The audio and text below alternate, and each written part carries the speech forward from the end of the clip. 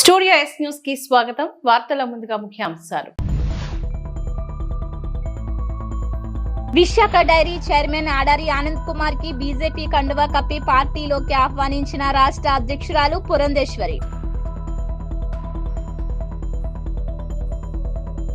Bike race బెట్టింగ్ల కథతో bike race cinema bike race first look విడుదల. దర్శకుడు ఉదయ్ కుమార్.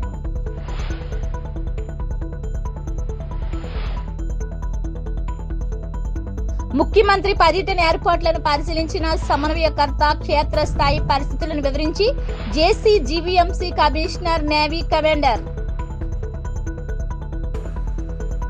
మాజీ ప్రధాని అటల్ బిహారీ వాజ్పేయి దేశానికి సుపరిపాలన అందించారు అంటూ ఒడిశా గవర్నర్ కమ్మపాటి హరిబాబు తెలిపారు. రామ్నగర్ లాజరస్ క్లినిక్ ఎదురుగా గల రాక్ డేల్ హోటల్లోని భారతరత్న భారత మాజీ ప్రధానమంత్రి అటల్ బిహారీ వాజ్పేయి 100వ జయంతి వేడుకలు ఘనంగా జరిగాయి. జయంతిని పురస్కరించుకుని సుపరిపాలనా దినోత్సవం సందర్భంగా మేధావుల సమావేశాన్ని నిర్వాహకులు ఏర్పాటు చేశారు. సమావేశానికి ముఖ్య అతిథిగా విచ్చేసిన గవర్నర్ హరిబాబు మాట్లాడారు. తన సుపరిపాలనలో మాజీ ప్రధాని వాజ్పేయి భారతదేశానికి ప్రపంచ వ్యాప్తంగా మంచి గుర్తింపు తీసుకువచ్చారని అన్నారు.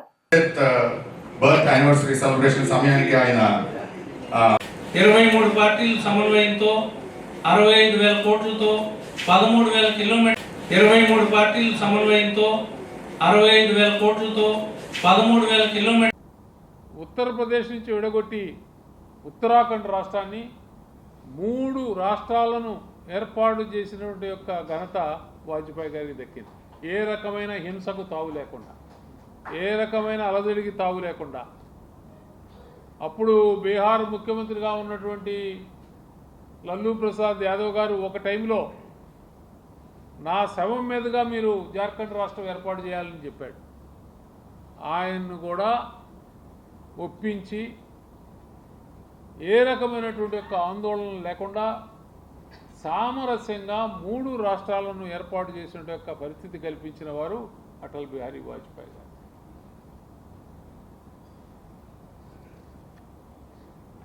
దాంతోపాటుగా విద్య అనేది చాలా ప్రాముఖ్యమైనది. విద్యతోనే సమగ్ర అభివృద్ధి జరుగుతుంది. కాబట్టి 6 సంవత్సరాల నుంచి 14 సంవత్సరాల వరకు ఉన్నట్టు పిల్లలందరికీ ఉచిత విద్యలు ఇవ్వాలి అని చెప్పి సర్వశిక్ష అభియాన్ అనేటువంటి ఒక విద్యా కార్యక్రమాన్ని ప్రారంభించారు. ఫ్రీ ఎడ్యుకేషన్ ఫర్ చిల్డ్రన్ లో ఆలోచించలేకపోయారు. జాతీయ రహదారుల యొక్క నిర్మాణమే కాదు, బాగుంది, మీరు పట్టణాల మధ్య రోడ్లు వేస్తున్నారు, నగరంలో ప్రజలు తిరగటానికి బాగానే సరిపోతుంది, కానీ ఎటువంటి రోడ్డు లేకుండా వర్షం పడితే మోకాలు లోతు బురదలో నడుచుకుంటూ వెళ్లాల్సినటువంటి పరిస్థితి ఉన్న గ్రామాలు, వేలాది గ్రామాలు దేశంలో ఉన్నాయి. వ్యవసాయం చేసుకుంటూ వ్యవసాయ ఉత్పత్తుల్ని పండిస్తూ అటువంటి ఉత్పత్తుల్ని తేలిగ్గా పట్టణ ప్రాంతాలకు రవాణా చేసే సౌకర్యాలు లేకుండా ఉన్నటువంటి గ్రామాలు అనేక ఉన్నాయి. కాబట్టి గ్రామీణ ప్రాంతాలు కూడా అభివృద్ధి చెందాలంటే గ్రామాలను కూడా మంచి రోడ్లతో అనుసంధానం చేయవలసిన అవసరం ఉంది అని గుర్తించి ప్రధానమంత్రి గ్రామ సడక్ యోజన పేరుతో ఆ రోజున మొదటి దశలో 1000 మంది జనాభా ఉన్న ప్రతి గ్రామానికి రోడ్డు వేయాలని, తర్వాత కాలంలో 500 జనాభా ఉన్నటువంటి ప్రతి గ్రామానికి రోడ్లు వేయాలని ప్రధానమంత్రి గ్రామ Sadak Yojana phase 1, phase 2, phase 3 3 దఫాలుగా దేశంలో అమలు చేసి కలలో కూడా ఆ గ్రామ ప్రజలు మా గ్రామానికి తారు రోడ్డు వస్తుందని ఊహించినటువంటి గ్రామాలకి తారు రోడ్డు సౌకర్యాన్ని కల్పించడం ఘనత అటల్ బిహారీ వాజ్పేయి గారికి దక్కింది. విశాఖ డైరీ చైర్మన్ ఆడారి ఆనంద్ కుమార్ వైసీపీకి రాజీనామా చేసి బుధవారం రాజమండ్రి బీజేపీ కార్యాలయంలో బీజేపీ రాష్ట్ర అధ్యక్షురాలు పురంధేశ్వరి సమక్షంలో విజయవాడలో బీజేపీ కండువా కప్పుకున్నారు. ఈ సందర్భంగా రాష్ట్ర అధ్యక్షురాలు పురంధేశ్వరి ఆడారి ఆనంద్ కుమార్ కు బీజేపీ కండువా కప్పి ఆహ్వానించారు. ఆయనతో పాటు 12 మంది విశాఖ డైరీ డైరెక్టర్లు పార్టీలో చేరారు. ఈ కార్యక్రమానికి విశాఖ నుంచి ఉత్తర నియోజకవర్గ శాసనసభ్యులు విష్ణుకుమార్ రాజు, జిల్లా అధ్యక్షుడు మేడపాటి రవీంద్ర, పివిఎన్ మాధవ్, పలువురు బీజేపీ శ్రేణులు కూడా హాజరయ్యారు.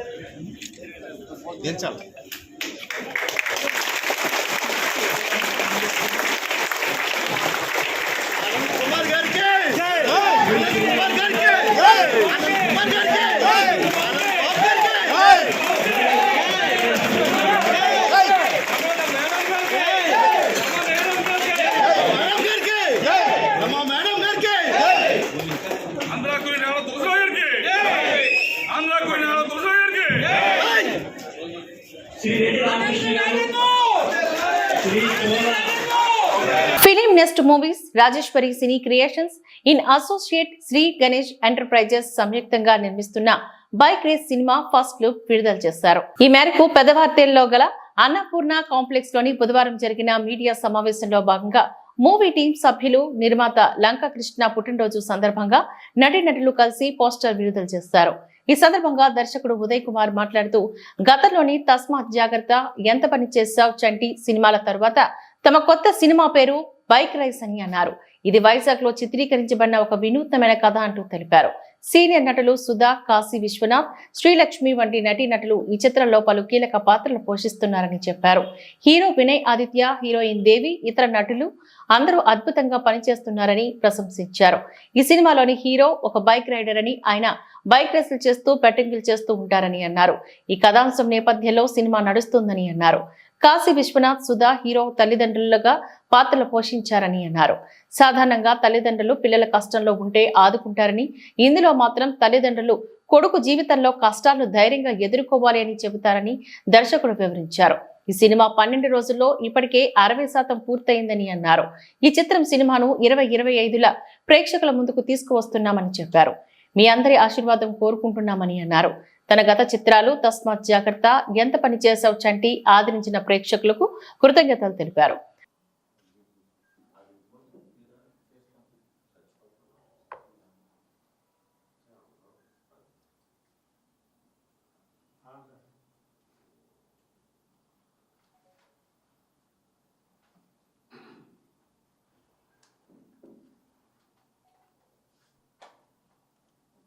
తస్మాత్ జాగ్రత్త, ఎంత పనిచేసా చంటి సినిమాలకి దర్శకుడిగా పనిచేశాను. ఇప్పుడు ఫిలిం నెస్ట్ అనే బ్యానర్లో లంకా కృష్ణ గారు ప్రొడ్యూసర్గా అండ్ ఫైడ్ రాజు గారు, నోకరాజు గారు, వెంకటరమణ గారు ప్రొడ్యూసర్స్ సహాయంతో ఇప్పుడు బైక్ రేస్ అనే సినిమాని తీస్తున్నామండి. అంతా వైజాగ్లో షూటింగ్ జరుగుతుంది. ఈ సినిమాలోని సీనియర్ యాక్టర్స్ సుధా గారు, కాశీ విశ్వనాథ్ గారు మంచి లీడ్ రోల్స్ చేస్తున్నారు. ఈ సినిమా అంతా కూడా సీనియర్ యాక్టర్ శ్రీలక్ష్మి గారు కూడా ఇందులో చేస్తున్నారు, ఒక నానమ్మ క్యారెక్టర్. సో ఈ సినిమాని ఆల్రెడీ ఒక 60% సినిమా పూర్తి చేసాం. సో ఈరోజు స్పెషల్గా ఎందుకు అంటే మా లంకా కృష్ణ గారు ఆయన పుట్టినరోజు సందర్భంగా ఈరోజు ఫస్ట్ లుక్ పోస్టర్ని రిలీజ్ చేయడానికి ముందుకు వచ్చామండి.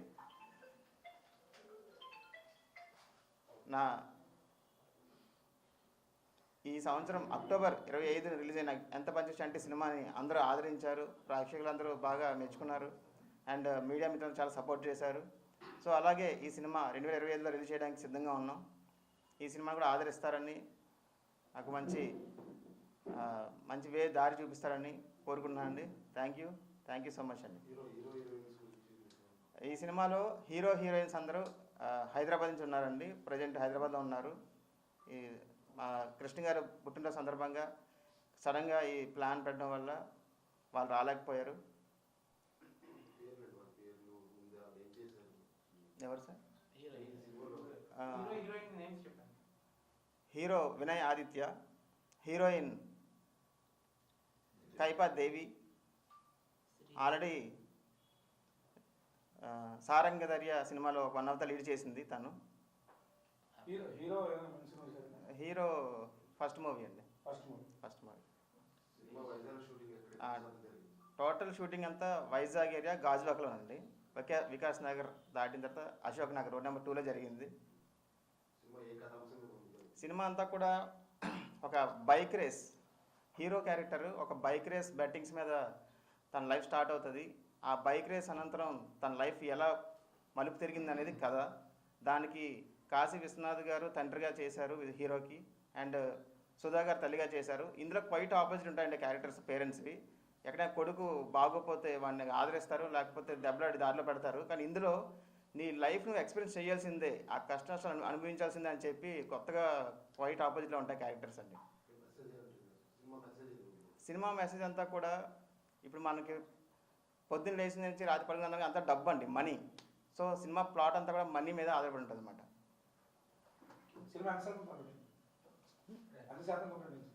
60% కంప్లీట్ అయిందండి సినిమా. ఇప్పటికీ 12 రోజులు షూట్ చేసామండి. 12 రోజుల్లో దగ్గర 60% సినిమా పూర్తి చేసాం. ఇక్కడికి వచ్చేసిన మీడియా మిత్రులందరికీ ధన్యవాదాలు. ఈరోజు నా పుట్టినరోజు సందర్భంగా ఈ పోస్టర్ లాంచ్ జరపడం చాలా ఆనందంగా ఉంది. ఈ కార్యక్రమానికి వచ్చేసిన పెద్దలందరికీ, అలాగే మా టీం అందరికీ, ఈ కార్యక్రమానికి వచ్చేసిన ప్రతి ఒక్కరికి ధన్యవాదాలు సార్. ఈరోజు చాలా ఆనందంగా ఉంది. నా బర్త్డే సందర్భంగా ఈ పోస్టర్ రిలీజ్ అనేది జరపడం చాలా ఆనందంగా ఉంది. ఈ అవకాశం ఇచ్చిన మా డైరెక్టర్ జాగ్రత్త, ఎంత పని చేసావు చంటి దర్శకులు అయినటువంటి ఉదయ్ కుమార్ గారు బైక్ రేస్ అనే చిత్రాన్ని నిర్మించడం జరుగుతుందండి. దానికి ప్రొడ్యూసర్లుగా కృష్ణ గారు, పైడిరాజు నూనెల, నోకరాజు గారు, వెంకటరమణ గారు వహిస్తున్నారు. ఈ బైక్ రేస్ అనేది ఇప్పుడు డైరెక్టర్ గారు వివరించారు. ఇది యూత్ని ఉద్దేశించి ఈ యొక్క సినిమాని తీయడం జరుగుతుందండి. ఈ సినిమాని ప్రతి ఒక్కరూ చూసి మమ్మల్ని ఆశీర్వదిస్తారని మరి కోరడం జరుగుతుందండి. ఎందుకంటే ఎంత పని చేయొచ్చు అంటే చిత్రం అనంతరం ఇమీడియట్లీగా ఒక కొత్త చిత్రాన్ని బైక్ రేస్ అనే ఒక సరికొత్త చిత్రంతో మా డైరెక్టర్ ఉదయ్ కుమార్ గారు ఈరోజు పోస్టర్ లాంచ్ చేయడం జరుగుతుంది. ఈరోజు ప్రత్యేకం ఏంటంటే ఇందులో ప్రొడ్యూసర్ అయినటువంటి లంకా కృష్ణ గారి పుట్టినరోజు సందర్భంగా ఈరోజు ఈ పోస్టర్ లాంచ్ అవుతుంది. ఈ మీడియా సమావేశానికి హాజరైనటువంటి ప్రొడ్యూసర్స్ అయినటువంటి పైడిరాజు గారికి, నోకరాజు గారికి, వెంకటరమణ గారికి, డిఓపి గారికి, మిత్రులందరికీ హృదయపూర్వక నమస్కారాలు. మా ఎంత పని చేయొచ్చు అంటేనే ఏ విధంగా అయితే మీరు మీడియా ద్వారా ప్రేక్షకుల ముందు తీసుకెళ్లి సక్సెస్ఫుల్ మాటలు. జనవరి 4వ తేదీన విశాఖపట్నం ఆర్కే బీచ్ వేదికగా జరిగే నావికాదళ విన్యాసాల్లో పాల్గొనేందుకు రాష్ట్ర ముఖ్యమంత్రి విచ్చేస్తున్న నేపథ్యంలో సంబంధిత పర్యటన ఏర్పాట్లను ముఖ్యమంత్రి కార్యక్రమాల నిర్వహణ సమన్వయకర్త పెందుర్తి వెంకటేష్ పరిశీలించారు. బుధవారం నగరానికి వచ్చిన ఆయన Vishwapriya function hall RK beach కు అభిముఖంగా ఏర్పాటు చేస్తున్న ప్రధాన వేదికను joint collector K Mayur Ashok, GVMC commissioner P Sampath Kumar, navy commander Happy Mohan ఇతర అధికారులతో కలిసి పరిశీలించారు. 4వ తేదీ సాయంత్రం కార్యక్రమం జరగనున్న సందర్భంగా ముఖ్యమంత్రి సభాస్థలికి చేరుకునే దగ్గర నుంచి తిరుగు పయనమయ్యే వరకు సంబంధిత షెడ్యూల్ వివరాలను వెల్లడిస్తూ ఆ మేరకు పటిష్ట ఏర్పాట్లు చేయాలని స్థానిక అధికారులకు సూచించారు. ప్రాథమిక షెడ్యూల్ ప్రకారం ఎయిర్పోర్ట్ నుంచి ఎన్సీబీకి, అక్కడి నుంచి ఆర్కే బీచ్ వద్దకు చేరుకుంటారని, అక్కడ జరిగే నావికాదళ విన్యాసాలను వీక్షిస్తారని, అనంతరం ప్రజలను ఉద్దేశించి ముఖ్యమంత్రి మాట్లాడతారని పేర్కొన్నారు. తర్వాత నేవీ హౌస్ వద్ద జరిగే హై టీమ్ లో భాగస్వాములవుతారని, దాని ప్రకారం అన్ని రకాల ఏర్పాట్లు చేయాలని చెప్పారు. అధికారులంతా సమన్వయంతో వ్యవహరించాలని అన్నారు. క్షేత్రస్థాయి పరిస్థితులను జిల్లా అధికార యంత్రాంగం నుంచి చేపట్టే చర్యలను joint collector, GVMC commissioner, navy commander సమన్వయకర్తకు వివరించారు. వివిధ విభాగాల జిల్లా స్థాయి అధికారులు, పోలీస్ అధికారులు తదితరులు ఈ కార్యక్రమంలో పాల్గొన్నారు.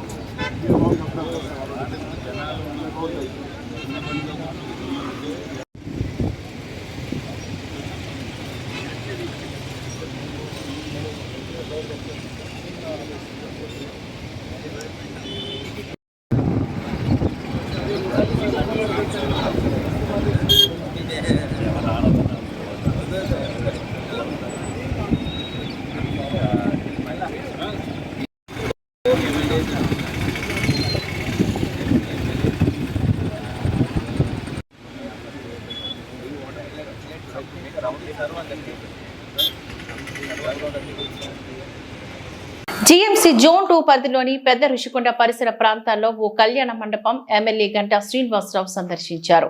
2014 టు 2019 సంవత్సరంలో తెలుగుదేశం ప్రభుత్వంలోని సుమారు ₹1 కోటి పైగా నిధులతోని 40 లక్షలకు పైగా కార్పొరేషన్ నిధులతో ప్రారంభించినటువంటి కళ్యాణ మండపం 10 ఏళ్లు గడిచినప్పటికీ పూర్తి స్థాయిలో నిర్మాణం కాకపోవడం తీవ్ర అసంతృప్తిగా భావించాలని అన్నారు. 2014 నుంచి 2019 తెలుగుదేశం ప్రభుత్వంలో 80% పూర్తయిన కళ్యాణ మండపం ఓ ప్రైవేటు వ్యక్తి స్వాధీనం చేసుకున్నప్పటికీ స్థానికులు వెంటనే ఈ విషయాన్ని ఎమ్మెల్యే గంటా శ్రీనివాసరావు దృష్టికి తీసుకువెళ్లగా అధికారులను ఈ విషయంపై తగిన చర్యలు తీసుకోవాలని గంటా శ్రీనివాసరావు ఆదేశించడం జరిగింది. మరో 2-3 నెలల్లో పూర్తి స్థాయిలో కళ్యాణ మండపం నిర్మాణం పూర్తి చేసి ప్రజలకు అందిస్తామని అన్నారు. ఈ కార్యక్రమంలో స్థానిక నాయకులు, ప్రజలు తదితరులు పాల్గొన్నారు. జీవీఎంసీ పరిధిలో ఉన్న ఈ కళ్యాణ మండపం 2014-19 అప్పటి తెలుగుదేశం ప్రభుత్వం, నేను అప్పుడు స్థానిక ఎమ్మెల్యేగా మంత్రిగా ఉన్న టైంలో స్టార్ట్ అయిన వర్క్ ఇది. ₹1 కోటి పైగా దీంతో దాదాపు ₹40 లక్షల కార్పొరేషన్ నిధులు, అలాగే అప్పుడు ఎంపీగా ఉన్న కమ్మపాటి హరిబాబు గారి నిధులు, అలాగే రాజ్యసభ సభ్యులుగా ఉన్న మోపిదేవి వెంకటరమణ గారి నిధులు అందరితో కలిపి ఈ కళ్యాణం కంప్లీట్ చేయడం జరిగింది. అయితే ఇంకా కొంత అసంపూర్తిగా ఉన్న పనులు కొన్ని ఉన్నాయి. ఫస్ట్ ఫ్లోర్లో ఏదైతే ఫ్లోరింగు, అలాగే చుట్టూ కావాల్సిన టైల్స్ ఇవన్నీ వేస్తే మొత్తం యూటిలైజేషన్ వస్తుందని చెప్పి అధికారులు చెప్పడం జరిగింది. కాకపోతే ఏంటంటే 10 ఏళ్ళు అయినా కూడా ఇప్పటికి ఇంకా కూడా అసంపూర్తిగా ఉండటం చాలా దురదృష్టం. దాన్ని మా దృష్టికి తెచ్చిన వెంటనే ఈరోజు విజిట్ చేయడం జరిగింది. ఇది ఇన్ని రోజులు కూడా కొంతమంది ప్రైవేటు వ్యక్తుల ఆధ్వర్యంలో వాళ్ళ స్వాధీనంలో ఉందని చెప్పి కూడా చెప్పడం జరిగింది. దానికి జీవీఎంసీ అధికారులు కూడా చెప్పి దాన్ని వెంటనే హ్యాండ్ ఓవర్ చేసుకుని చెప్పడం జరిగింది. ఒక 3-4 monthsలో ఆ బ్యాలెన్స్ వర్క్ కూడా కంప్లీట్ చేసి దీన్ని త్వరలో ప్రజలకి అందుబాటులోకి తెచ్చేదానికి అన్ని రకాల ప్రయత్నాలు చేస్తాము. ఈరోజు ప్రభుత్వాలు ఇటువంటి అసంతృప్తిగా ఉన్న కోణాలు చాలా ఉన్నాయి. గతంలో 2014-19లో ఏదైతే మనం వర్కులు మొదలుపెట్టి దాదాపు 80%-90% కంప్లీట్ అయ్యి కార్పొరేషన్ పరిధిలో ఇటువంటి కళ్యాణ మండపాలతో పాటు కొన్ని పార్కులు కావచ్చు, కొన్ని ఇతర భవనాలు కావచ్చు, అవన్నీ కూడా మన కార్పొరేషన్ అధికారులతో చెప్పి లిస్ట్ అవుట్ చేయమన్నాం. మిగతా వాటిలో కూడా ఏదైతే వర్కులు కమెన్స్ అయ్యి కొద్దిగా బ్యాలెన్స్ 10%-20% చేస్తే అవి యూటిలైజేషన్లోకి వస్తే అటువంటి వర్కులు లిస్ట్ అవుట్ చేసి అవి ప్రయారిటీ పెట్టుకుని అవన్నీ కూడా కంప్లీట్ చేయాలని కూడా ఒక నిర్ణయం తీసుకున్నాం. ఇవే కాకుండా మధురవాడలో కొన్ని ఉన్నాయి, మిగతా ప్రాంతాల్లో కూడా ఉన్నాయి. అన్ని లిస్ట్ అవుట్ చేసి అవన్నీ కూడా త్వరలోనే కంప్లీట్ చేసి పబ్లిక్ అందుబాటులో తేవాలని కూడా డిసిషన్ తీసుకున్నాం. అనకాపల్లి జిల్లా పరవాడ మండలం ఫార్మాసిటీలో రక్షిత్ డ్రగ్స్ ప్రైవేట్ లిమిటెడ్ పరిశ్రమలో తెల్లవారుజామున ప్రొడక్షన్ బ్లాక్ 1లో హైడ్రోజన్ సల్ఫైడ్ వాయువులు విడుదలవడంతో ఒరిస్సా రాష్ట్రానికి చెందిన 2 కార్మికులు అస్తవ్యస్తకు గురయ్యారు. వీరిని హుటాహుటిన గాజ్వాక సమీపం శీలానగర్ కిమ్స్ హాస్పిటల్కి తరలించారు. వరుస ప్రమాదాలపై అటు కార్మికులు, కార్మిక సంఘాల నేతలు ఆందోళన వ్యక్తం చేస్తున్నారు. జరిగిన ప్రమాదంపై సమగ్ర విచారణ చేపట్టాలని pharma city staff and workers union గౌరవ అధ్యక్షుడు గణిశెట్టి సత్యనారాయణ డిమాండ్ చేశారు. ఈ మేరకు ఆయన హాస్పిటల్ వద్ద మీడియాతో మాట్లాడుతూ పరిశ్రమల్లో భద్రతా ప్రమాణాలు పాటించడం, కార్మికుల రక్షణ వంటి చర్యలు పటిష్టంగా చేపట్టాలని డిమాండ్ చేశారు. సంబంధించిన పరిశ్రమల యాజమాన్యాలపై ప్రభుత్వం చర్యలు తీసుకోవాలని వారు కోరారు. వన్ కుమార్, టెక్కలి మోహన్, శ్రీనివాసు, వెంకటేశ్వరరావు, తాంట సన్యాసిరావు, అరుణ, భవానీ, నాయకులు, కార్యకర్తలు తదితరులు ఈ కార్యక్రమంలో పాల్గొన్నారు. ఏదైతే ఉదయం షిఫ్ట్ మొదలయ్యే టైం 5:40 గంటల టైంలో కార్బన్ డైఆక్సైడ్ లీక్ వల్ల ఒక 2 ఎంప్లాయీస్ అస్వస్థతకు గురవటం, అది పీల్చటం వల్ల వాళ్ళు స్లబ్బర్ దగ్గర ఉన్నారు. ఆ స్లబ్బర్ దగ్గర ఉండటం వల్ల ఆ ఏరియాలో జరిగిన లీక్ వల్ల వాళ్ళు కార్బన్ డైఆక్సైడ్ ఎక్కువగా పీల్చటం వల్ల 2 కూడా మొహం తిరిగి పడిపోవటం, వాళ్ళు ఇమీడియట్గా అక్కడ వాళ్ళ దగ్గర ఉన్న ఫస్ట్ ఎయిడ్ చేసి కిమ్స్ హాస్పిటల్కి తరలించడం జరిగింది. ఒక అతని ఆరోగ్యం, వీళ్ళిద్దరూ కూడా ఒరిస్సాకి చెందిన అక్కడ లేబర్గా చేస్తున్నారు. దేవ్ సింగ్ ఒక అతను, ఉగ్రేశ్వర్ గౌడ్ అని చెప్పి ఇంకొక అతను. వీళ్ళిద్దరూ లేబర్ పోస్టులు, ఒరిస్సాకి చెందిన వాళ్ళు.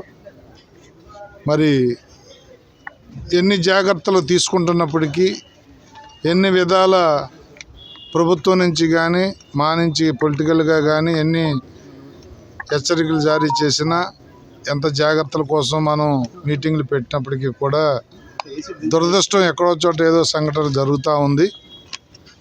మరి ఈరోజు సంఘటన అయితే మనం తీసుకున్న జాగ్రత్తల వల్ల నెగ్లిజెన్సీ లేకుండా గతంలో మనం చూసాం. ముందు రోజు సాయంత్రం జరిగితే మరుసటి రోజు ఉదయం వరకు ఇళ్ళకి వెళ్ళిపోయినా కూడా వాళ్ళకి ఇబ్బందులు గురయ్యారు. అలా కాకుండా అస్వస్థకు గురవగానే హాస్పిటల్కి తీసుకురావటం, ఉదయం 6:30కే నాకు కానీ, రెవెన్యూ సిబ్బందికి కానీ, పోలీసులకు కానీ సమాచారం ఇవ్వటం అనేది ఇమీడియట్గా మేమందరం కూడా యాక్షన్లోకి దిగటం జరిగింది. 7:30 కల్లా గౌరవ మంత్రి, కార్మిక మంత్రి సుభాష్ గారు కూడా నాకు ఫోన్ చేసి, నేను తర్వాత వస్తున్నానన్న, కొద్ది దూరంగా ఉన్నాను, మీరు ఇమీడియట్గా అటెండ్ అవ్వండి అంటే కంపెనీ పెద్దలతో కానీ, జిల్లా కలెక్టర్ గారితో కానీ, పోలీస్ సిబ్బందితో కానీ మాట్లాడి, ఈ హాస్పిటల్తో కూడా మాట్లాడి ఇమీడియట్గా ట్రీట్మెంట్ స్టార్ట్ చేయటం జరిగింది. మరి ఇద్దరిలో ఒక అతనైతే స్టెబుల్గా ఉన్నాడు, అబ్జర్వేషన్లో పెట్టారు, అతనికైతే ఏ విధమైన ఇబ్బంది లేదు. రెండో అతను వెంటిలేషన్ మీద ఉన్నాడు. అతను కొద్ది ఎక్కువగా ఈ కార్బన్ డైఆక్సైడ్ పీల్చడం వల్ల దాన్ని పంపౌట్ చేయటం అనేది మెడికల్ ప్రక్రియ ద్వారా చేస్తూ ఉన్నారు. అతను అనేది 48 గంటలు గడిస్తే కానీ ఎంతవరకు లోపల తీసుకున్నాడు, బాడీలో ఎంత స్ప్రెడ్ అయ్యింది, ఎంత కార్బన్ డైఆక్సైడ్ని బయటికి రిమూవ్ చేయగలరనే దాని మీద ఆధారపడి ఉంది. అతనిది ఎవ్రీ 4 అవర్స్కి కూడా హెల్త్ బులెటిన్ ఇస్తామని చెప్పారు. అతనిది 2 రోజులు పడుతుంది కోలుకోవటానికి, కానీ ఏదన్నా ఇబ్బంది ఉన్నా కూడా చెప్పడానికి. మరి ఈ దుర్ఘటన జరగటం అనేది తీవ్రంగా ఖండిస్తూ ఉన్నా. కంపెనీలు ఇంకా జాగ్రత్తలు తీసుకోవాలని చెప్పి మనవి చేస్తూ ఉన్నా. పోలీసులకు సవాల్గా మారిన పిఎం పాలెం పోలీస్ స్టేషన్ పరిధి పనోరమా హిల్స్ బహుళ అంతస్తుల సముదాయంలో జరిగిన దొంగతనం కేసులో పిఎం పోలీసులు అత్యంత చాకచక్యంగా వ్యవహరించి అంతర్రాష్ట్ర గ్యాంగ్ మెంబర్ ని అరెస్ట్ చేశారు. PM Palem crime police station లో ADCP crime M Mohan Rao, north ACP A Venkatrao విలేకరుల సమావేశం నిర్వహించి వివరాలను వెల్లడించారు. గత ఆగస్టు నెలలో లా కాలేజ్ రోడ్ లో గల పనోరమా హిల్స్ లో నివాసం ఉంటున్న డాక్టర్ దంపతులు పని మీద వేరే ఊరు వెళ్లిన సందర్భంలో దొంగతనం జరిగిందని బాధితులు ఫిర్యాదు చేయడం జరిగిందని చెప్పారు. ఘటనా స్థలంలో దొరికిన ఫింగర్ ప్రింట్ ఆధారంగా ఈ అంతర్రాష్ట్ర ముఠా మధ్యప్రదేశ్ కు చెందిన వారని తేలింది. వీరిపై వివిధ రాష్ట్రాల్లో పలు కేసులు కూడా నమోదైనట్లుగా తెలిసింది. ఒక మోడస్ ఓపరాండి ప్రకారం పోలీసులను ఏమార్చేందుకు వీరు కేవలం బస్సులో ప్రయాణించి లాడ్జీలలోని దిగకుండా పిఎం పాలెం స్టేడియం దగ్గర గుబురు పొదల్లో ఉదయమంతా దాక్కుని పరిసర ప్రాంతాలను రెక్కీ చేశారని అన్నారు. ఆ క్రమంలో ఆగస్టు 8వ తారీఖు రాత్రి పనోరమా హిల్స్ లో డాక్టర్ కుటుంబం ఇంట్లో చోరీకి పాల్పడ్డారని అన్నారు. ఒకసారి పిఎం పాలెం ఎస్ఐ వెళ్తే, ఒకసారి భీమిలి ఎస్ఐ, ఒకసారి ఆనందపురం ఎస్ఐ, ఒకసారి పద్మనాభ ఎస్ఐ, మళ్ళీ వీళ్ళకి రిలీఫ్గా ఏఎస్ఐలు ఉంటే ఏఎస్ఐ, బాలరాజు, ఇలా అంటే కంటిన్యూషన్ ఫాలోఅప్ చేసేటప్పటికి ఏమైందంటే మనకి ఒకరోజు A2 దొరకడం జరిగింది. అంటే ఇందులో ఒక 4 మెంబర్స్ ఉన్నారు. ఇంకా దీనిలో ఉండొచ్చు, అంటే ఇది పత్రికాముఖంగా 4 కన్ఫర్మ్ చేయలేము. ఇంకా రన్నింగ్లో మాకు అది ఇన్వెస్టిగేషన్లో మళ్ళీ మాకు తెలుస్తుంది. దాంట్లో ఏంటంటే A1గా కుందన్ అనేసి ఒక ఇంపార్టెంట్ గ్యాంగ్ లీడర్ అన్నమాట. ఈ కుందన్ ఆధ్వర్యంలో ఈ సురేష్ అనారాయణనాథ్ను, ఆ తర్వాత ఇది పిఎం పాలెం కేసు, ఇది చాలా ఇంపార్టెంట్ కేసు. 8వ నెల 8వ తారీఖున ఒక ఇంపార్టెంట్ అఫెన్స్ జరిగింది. అది గేటెడ్ కమ్యూనిటీకి సంబంధించిన పనోరమా హిల్స్, మీ అందరికి ఐడియా ఉంటుంది. పనోరమా హిల్స్లో అఫెన్స్ జరిగింది. ఇది డాక్టర్ గారు వస్తున్నమాట. ఆ డాక్టర్ గారు ఇచ్చిన వాళ్ళు ఏంటంటే 8వ తారీఖున ఉదయం బయలుదేరి కాకినాడ వాళ్ళకి భీమవరం ఏదో ఒక సొంత పని మీద వాళ్ళు వైఫ్ అండ్ హస్బెండ్ వెళ్ళడం జరిగింది. మళ్ళీ 9th వచ్చారు. 9th చూసుకునేటప్పటికి వాళ్ళ ఇంట్లో దొంగలు పడ్డారనేది వాళ్ళకి తెలిసింది. దాని మీద పోలీస్ కంప్లైంట్ ఇవ్వడం జరిగింది. మెయిన్ ఇందులో ఇంపార్టెంట్ ఏంటంటే సీతామహాలక్ష్మి సంధ్యాదేవి అన్నమాట ఆవిడ పేరు. Facility Venkata Sitamahalakshmi Sandhya Devi, wife of Venkateswara, ఇప్పుడు కేజీహెచ్లో డాక్టర్. అది గేటెడ్ కమ్యూనిటీ అంటే చాలా వరకు ఎటువంటి ఇబ్బందులు లేకుండా అన్ని రకాల సెక్యూరిటీ అన్నీ ఉంటాయి. మీ అందరికీ తెలిసిన విషయమే. చాలా అన్ని ఏర్పాట్లు కూడా లోపల ఉంటాయి కనుక అక్కడ ఎటువంటి ఇన్సిడెంట్లు జరగవు కామన్గా. కానీ ఆ చిన్న చిన్న లూపోల్స్ కూడా చూసి వీళ్ళు దొంగలు పడ్డం అనేది మాకు కూడా ఆశ్చర్యం కలిగించింది. ఉంది దాంట్లో సెక్యూరిటీ కూడా విపరీతంగా ఉంది. దానిలో వాళ్ళు ఏంటంటే నైట్ ఎప్పుడైతే చూశారో మరుసటి రోజు వెంటనే చెప్తే పిఎంపాలెం ఎస్ఐ అండ్ స్టాఫ్ అదేవిధంగా ఇన్స్పెక్టర్ కూడా ఇమీడియట్లీ అటెండ్ అయ్యారు. తర్వాత సీనియర్ ఆఫీసర్స్ అందరూ కూడా, నేను నాతో పాటు డీసీపీ గారు అందరూ కూడా అటెండ్ అవ్వడం జరిగింది. టెక్నికల్గా మాకున్న అనేకమైన సోర్స్ని బిల్డప్ చేసుకుంటూ చూస్తే ఒక 10 రోజుల తర్వాత నేరం జరిగే విధానాన్ని వాటిని అంచనా వేసి ఏ గ్యాంగ్స్ చేస్తుంటాయి ఇవన్నీ కూడా మాకున్న ఎక్స్పీరియన్స్తో చూడడం జరిగింది. అది అంతర్రాష్ట్ర ముఠా దొంగలు అని చెప్పి మాకు అర్థమైంది. ఇది మధ్యప్రదేశ్కి సంబంధించిన తార్ గ్యాంగ్ అని చెప్పి అంటారు దీన్ని. ఈ తార్ గ్యాంగ్లో అది ఆ ఏరియా అంతా కూడా తాండా పిఎస్ అని చెప్పి పోలీస్ స్టేషన్ లిమిట్స్లో ఉంటుంది. వాళ్ళంతా కూడా గ్యాంగ్స్ కింద ఏర్పడి చాలా ఏరియాల్లో, మన దగ్గర కాదు, తమిళనాడు, కర్ణాటక, ఆంధ్రప్రదేశ్, మహారాష్ట్ర చాలా ఏరియాల్లో అఫెన్సెస్ చేస్తారు. గ్యాంగ్స్ కింద వెళ్ళిపోయి 4 లేదా 5 ముగ్గురు లీస్ట్గా వచ్చి అఫెన్సెస్ చేస్తారు. వీళ్ళని మీరు చెడ్డీ గ్యాంగ్ అని అలా రకరకాలుగా పిలుస్తుంటారు. వాళ్ళు ఏంటంటే ఇక్కడికి వైజాగ్ బై బస్సులో రావడం జరిగింది. అంటే ఒక 5-6 బస్సులు మారి వైజాగ్ వచ్చి మన క్రికెట్ స్టేడియం దగ్గర దిగి ఈ ఏరియాలోనే ఉంటూ వాళ్ళు ఎక్కడ లాడ్జీలో కానీ ఎక్కడ దిగరు. వాళ్ళ అమ్మ ఏంటంటే లాడ్జీలో దిగరు, పగలంతా బుషెస్ ఎక్కడ ఉంటాయి అక్కడ ఉండిపోతారన్నమాట. తుప్పల్లోని డబ్బుల్లోని ఉండిపోతారు. అంతేగాని లాడ్జీలో కానీ అక్కడ దిగి అక్కడ ఉండడం, మంచిగా పొజిషన్లో ఉండరు. దానివల్ల కూడా పోలీస్కి ఎక్కువగా దొరికే అవకాశం ఉండదు. ఎక్కడ కూడా ఆధార్ కార్డు ఇవ్వడానికి కానీ ఉండదు. బుషెస్లో ఉంటారు. పగల అంతా ఉన్న తర్వాత సాయంత్రం అయిన తర్వాత ఒకసారి రెక్కీ అంటారు అనమాట. రెక్కీ చేసుకుంటారు ఏ ఏరియాలో మనం అఫెన్స్ చేయాలి ఏంటి అనేది. ఆ విధంగా వాళ్ళు 6వ తారీఖున ఇక్కడికి రావడం, 6వ తారీఖున క్రికెట్ స్టేడియం దగ్గర నుంచి ఇవన్నీ వెరిఫై చేసుకున్నారు. భారత్లో అతిపెద్ద pure play EV company Ola electric చిన్న పట్టణాలు, తాలూకాలకు విస్తరిస్తోంది. అందులో భాగంగా పెందుర్తి జంక్షన్ లో ఓలా షోరూం సర్వీస్ సెంటర్ ను మాజీ కార్పొరేటర్ సరగడం చిన్నప్పలనాయుడు ప్రారంభించారు.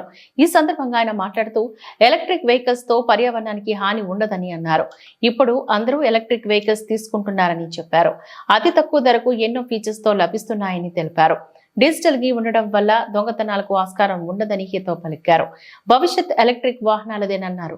ఈ సందర్భంగా ఓలా కోస్టల్ సిటీ లీడ్ వాన లోకేశ్వరరావు మాట్లాడుతూ ఓలా నెట్వర్క్ దేశవ్యాప్తంగా 4000 స్టోర్లకు విస్తరించినట్లుగా తెలిపారు. ఈవీ రంగంలో ప్రపంచంలోని అత్యంత ముఖ్యమైన విస్తరణలో ఇది ఒకటని చెప్పారు. ఓలా ఎలక్ట్రిక్ ఈ రంగంలోని తన స్థానాన్ని బలోపేతం చేసుకుందని చెప్పారు. సర్వీస్ సెంటర్లోతని కలిసి 3200కు పైగా కొత్త స్టోర్లను ప్రారంభించడం ద్వారా టైర్ 1, టైర్ 2 నగరాలను దాటి భారతదేశం అంతటా దాదాపు ప్రతి పట్టణం, తాలూకా వరకు చొచ్చుకుపోవడానికి వీలుగా పెద్ద ఎత్తున ఎలక్ట్రిక్ వాహనాలను అందుబాటులోకి తేవడానికి కంపెనీ కట్టుబడి ఉందని చెప్పారు. ఈ విస్తరణతో ఓలా ఎలక్ట్రిక్ తన సేవింగ్ వాలా స్కూటర్ ప్రచారంలో చేసిన వాగ్దానాన్ని నెరవేర్చిందని చెప్పారు. షోరూమ్ ఓపెన్ చేసినందుకు చాలా సంతోషంగా ఉంది. పెందుర్తి పరిసర ప్రాంతాల్లో ఉన్నటువంటి మధ్యతరగతి కుటుంబీకులు అందరూ కూడా ఈ ఓలా బైకులు వాడుకొని ప్రతి నెల కూడా ఇంచుమించుగా ఒక 4-5 వేల రూపాయలు ఈ పెట్రోల్లో ఆదా చేసుకొని ఈ డబ్బుతో ప్రతి నెల మనకి ఇన్స్టాల్మెంట్ మీద వెహికల్ తీసుకుని ఈ డబ్బులు దానికి అడ్జస్ట్ అయ్యే విధంగా ఇది ప్లాన్ చేసినటువంటి కంపెనీ. ముఖ్యంగా ఇది 75,000 నుంచి స్టార్ట్ అయ్యే వెహికల్ ప్రతి సామాన్యులు కూడా బండుకునేటటువంటి విధంగా ఇవాళ 2 వీలర్ చూస్తుంటే చిన్న వెహికల్ చూసినా కూడా 1,00,000 నుంచి 1,50,000, 2 లక్షల విలువ చేసేటటువంటి వెహికల్ ఉన్నాయి. ఇవాళ ఎలక్ట్రిక్ ఛార్జింగ్ ఉన్నటువంటి వెహికల్స్ అన్నీ కూడా సామాన్యులకు అందుబాటుతో పాటు 195 కిలోమీటర్లు కూడా ఒకసారి ఛార్జింగ్ పెట్టుకుంటే వచ్చే విధంగా కూడా వీళ్ళు రూపకల్పన చేసింది, కంపెనీ తయారు చేసింది.